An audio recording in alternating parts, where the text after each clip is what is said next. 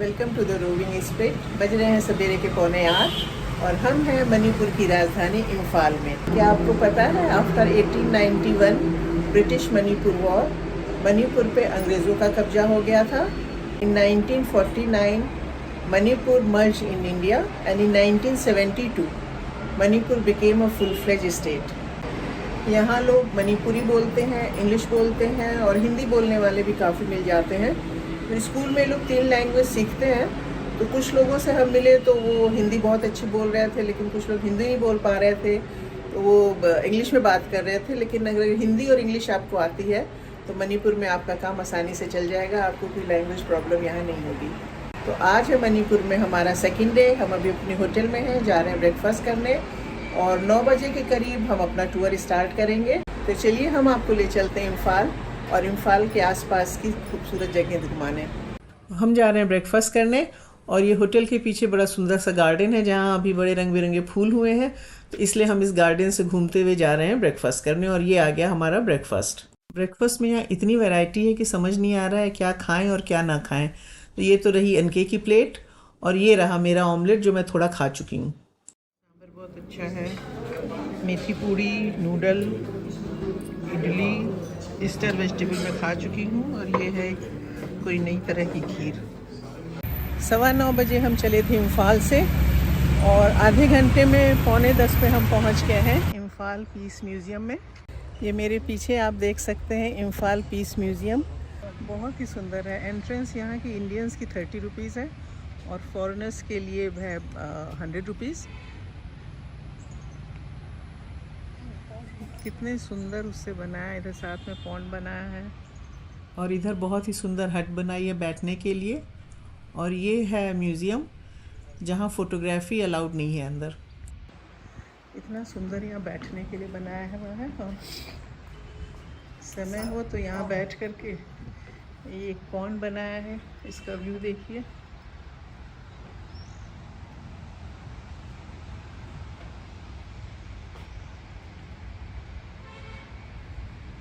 ये म्यूज़ियम बना है 1944 वर्ल्ड वॉर के समय का, जिस समय Japanese army tried to invade India from Imphal और लेकिन ब्रिटिश आर्मी ने उन्हें हराया और Japanese army was driven back to Burma. About 85,000 Japanese soldiers थे इस वॉर में, जिसमें से 52,000 की डेथ हो गई। British lost about 12,500 soldiers. ये बैटल मार्च 1944 से जुलाई 1944 तक चली थी। In a survey in 2013 by British National Army, this Imphal battle was voted as the greatest battle. This peace museum was founded in 2019 on the occasion of 75th anniversary of British-Japanese War. Opening ceremony was attended by British and the Japanese High Commissioner of India. मार्च से सितंबर तक ये 10 बजे से शाम के 5 बजे तक खुला रहता है और अक्टूबर से फरवरी तक सवेरे 10 से शाम के 4 बजे तक। ये देखिए इस पीस म्यूज़ियम का टिकट है, ये भी कितना अच्छा बनाया इन्होंने। जैसे हम 2 लोग थे तो 2 लोगों का कंबाइंड टिकट है फॉर 60 रुपीज़। इस museum is supported by Nippon foundation. Museum से हम बाहर आ गए हैं। Very impressive museum. फ़ोटोग्राफी नहीं अलाउड थी तो फ़ोटो तो नहीं ले सके, लेकिन अब सोच रहे हैं यहाँ थोड़ी देर बैठ के बातें कर लें। 10:30 बजे हम म्यूज़ियम से निकल के बाहर आ गए हैं। फिर म्यूज़ियम बहुत ही साफ़ सुथरा, very informative, very well place, सब कुछ इतने डिटेल में वर्ल्ड वॉर 2 के बारे में शुरू से लेके 1942 से 1944 तक इम्फाल में जो लड़ाई हुई है उसके बारे में बताया गया है। कब जापानीज़ ने यहाँ पे बॉम्बिंग की थी, फिर कैसे जापानीज़ को ब्रिटिश ने हराया। और ये वॉर की फ़ोटोग्राफ वगैरह देख के तो सही बहुत ही बुरा लगता है। और यहाँ पता चलता है कि कितने लोग तो यहाँ वॉर से नहीं, स्टारवेशन से और बीमारियाँ जो हुई उनको कितनी, उससे मारे गए। तो वर्ल्ड वॉर 2 की तो बहुत चीज़ें उसके बाद इन लोगों ने एक्सकवेट किया जगह जगह जा कर के। तो जो चीज़ें इन्हें एक्सकवेशन में मिली हैं, जो आर्म्स एंड एम्यूनिशन, बुलेट्स और बोन्स वगैरह, उसके बारे में डिटेल में लिखा है, उसकी फ़ोटोग्राफ्स हैं। उसके अलावा ही एक सेक्शन इसी म्यूज़ियम में है जो पूरे लोकल लाइफ और कल्चर को दिखाता है। पूरी फुल साइज़ की उन्होंने बड़ी बड़ी हट्स वगैरह बनाई हुई हैं, कैसे लोग अनाज कूटते थे, कैसे मार्केट लगते थे उस समय। और एक उसके साथ ही बहुत सारी जो यहाँ पे लोकल नॉर्थ ईस्ट में ट्राइब्स होती हैं, तो वो फ़ोटोग्राफ्स थी and they were more than 30 photographs अपने ट्रेडिशनल ड्रेसेस में. Very interesting. This memorial has got the award for India's best designing award in 2019 और सही में बहुत ही सुंदर. ये देखिए, इनको इतनी अच्छी जगह लगी कि अब म्यूज़ियम से उधर बाहर निकल के यहाँ पे इंजॉय कर रहे हैं विद दिस व्यू. तो अब हम यहाँ से निकल रहे हैं.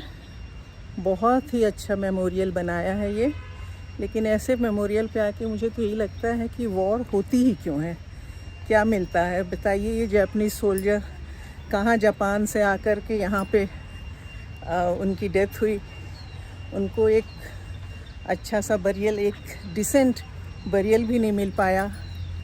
और क्या होता है कि इतने सारे बच्चे अनाथ हो जाते हैं, विडो हो जाती हैं औरतें.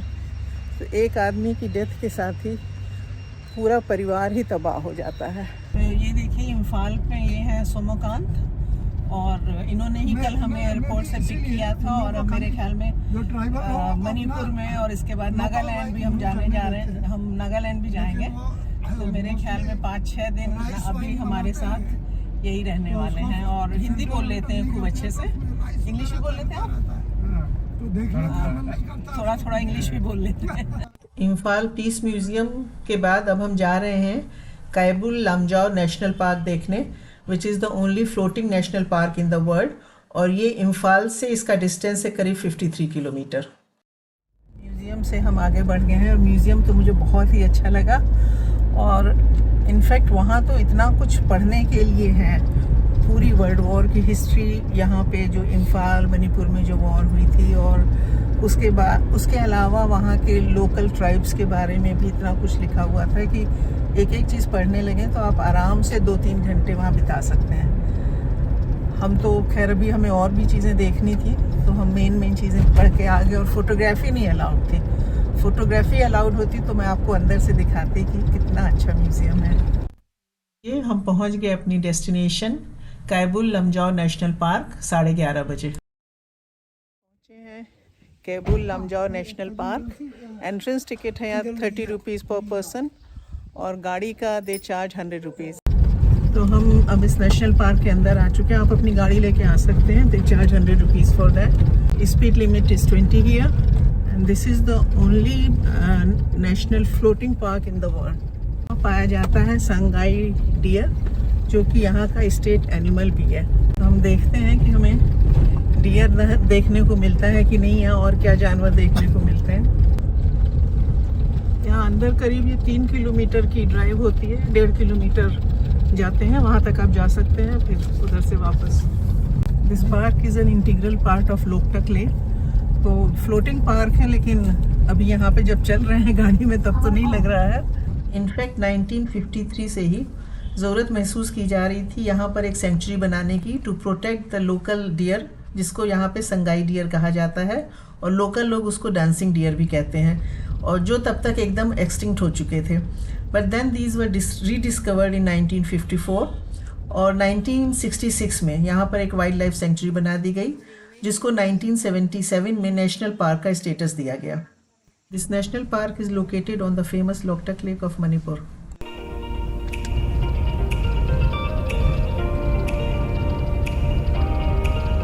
ये लीजिए, हम पहुंच गए only floating national park on the globe. यहाँ ये लिखा है कि 1975 में यहाँ पे खाली 14 डियर थे, जो कि 1995 तक इनके नंबर बढ़ करके हो गए 155 और 2016 तक यहाँ पे 260 संगाई डियर हो गए. पीछे आप देख सकते हैं नेशनल पार्क. व्यू बहुत अच्छा है और हैं भी काफ़ी डियर यहाँ से, लेकिन हमें एक दिखा बस.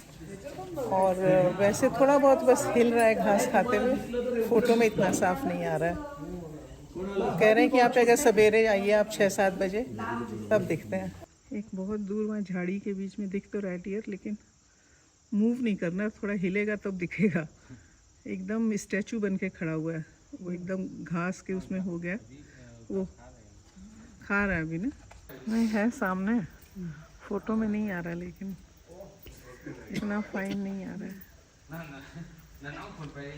क्लोजअप करो, देखो पूरा कर लिया है. जूम कर. अरे पूरा कर दिया जूम है. वो देखो है तो ऐसे नेकेड आई से दिख रहा है, लेकिन कैमरे में नहीं आ रहा है इतना साफ, लेकिन ऐसे बहुत दूर से दिख रहा है। और बड़ी देर से वहीं पे वो खाना खा रहा है, घास खा रहा है मतलब। यहाँ खड़े हैं, यहाँ से हम एक बाइनोकुलर से देख रहे हैं तो उससे ये नज़र आ रहा है, लेकिन एकदम स्टैचू बना हुआ है, घास से निकल नहीं रहा। और जब तक ये घास से निकलेगा नहीं, इसकी फ़ोटो हम नहीं ले पाएंगे, क्योंकि घास के रंग से इसका स्किन का कलर भी वही है। तो यहाँ पे अगर आप सवेरे 6 से 10 के बीच में आइए या शाम को आइए, तब इसके दिखने के ज़्यादा चांसेस हैं। कुछ ऐसा दिखता है ये संगाई डियर। यहाँ हमें एक गाइड मिले एक ग्रुप के साथ, जो कि फॉरेस्ट डिपार्टमेंट के गाइड हैं। उन्होंने कहा कि अगर आप यहाँ पैदल चल सकते हैं तो वहाँ जाके पैदल चल के एक लाइफ टाइम एक्सपीरियंस ले सकते हैं, because this is the only floating national park in the world. तो मैंने कहा और कोई जानवर आ गया तो, वाइल्ड बोर आ गया तो उन्होंने कहा कि नहीं, जानवर हैं यहाँ और, लेकिन वो कोई खतरनाक जानवर नहीं है। हमने कहा ना, मैंने कोई रिस्क नहीं लेना है, खतरनाक हो या ना हो। तो भाई ये हिरन जी का तो लगता है मूड नहीं है वहाँ से निकल के आने का और फोटो के लिए पोज करने का, तो अब हम वापस ही जा रहे हैं यहाँ से। तो भाई कोशिश तो हमने बहुत की, आधे घंटे से ज़्यादा हम यहाँ रुके रहे कि ये हिरन जी बाहर निकल के आए और हम उनकी फ़ोटो ले सकें, लेकिन वो नहीं आए हैं। तो अब हम जा रहे हैं वापस। यहाँ पर यहाँ के जो लोकल गाइड थे फॉरेस्ट के, एक ग्रुप के साथ थे, तो वो बता रहे थे कि यहाँ पे 2 तरह के तो डियर होते हैं, संगाई डियर और फॉक्स डियर, और वाइल्ड बोर होते हैं। तो ये 3 तरह के जानवर होते हैं, तो कोई ऐसा खतरनाक जानवर नहीं है। और वाइल्ड बोर जो होता है वो घर बनाता है, इग्लू जैसा घास पत्ते से बनाता है घर, और बच्चे देता है, 10 दिन रहता है उस घर में, उसके बाद वो फैमिली लेके चल देता है। और वो जो फिर घर है वो यूज़ करते हैं संगाई डियर, जिनको डांसिंग डियर भी कहा जाता है। तो डांसिंग डियर इसलिए कहते हैं क्योंकि जैसे मैंने बताया कि ये फ्लोटिंग आइलैंड है, तो जब वो उस पर चलता है तो थोड़ा हिलता है, ज़मीन थोड़ी हिलती है, तो लगता है जैसे डांस कर रहा है, इसलिए इसको डांसिंग डियर कहा जाता है। यहाँ पर और इम्फाल में भी इम्फाल संगाई फेस्टिवल होता है नवंबर में, और आज ही हमने सवेरे न्यूज़ में पढ़ा कि उसका जो थीम सॉन्ग है that was released by chief minister of Manipur. पानी खूब है यहाँ भी सब जगह। तो पानी तो है। ये फिश फार्म है। Fish farm. राइड तो देखिए बहुत ही सुंदर है यहाँ की। और अभी तो आधा ही दिन हुआ है और अभी वीडियो काफ़ी लंबा हो गया, इसलिए इस वीडियो को तो हम यही ख़त्म करते हैं। नेक्स्ट वीडियो में हम दिखाएंगे कि हमने फिर आफ्टरनून में यहाँ पर क्या देखा। तो अगर आपको ये वीडियो पसंद आया हो तो please subscribe our channel the roving spirit, and please do like share and comment. मिलते हैं जल्दी नेक्स्ट वीडियो में।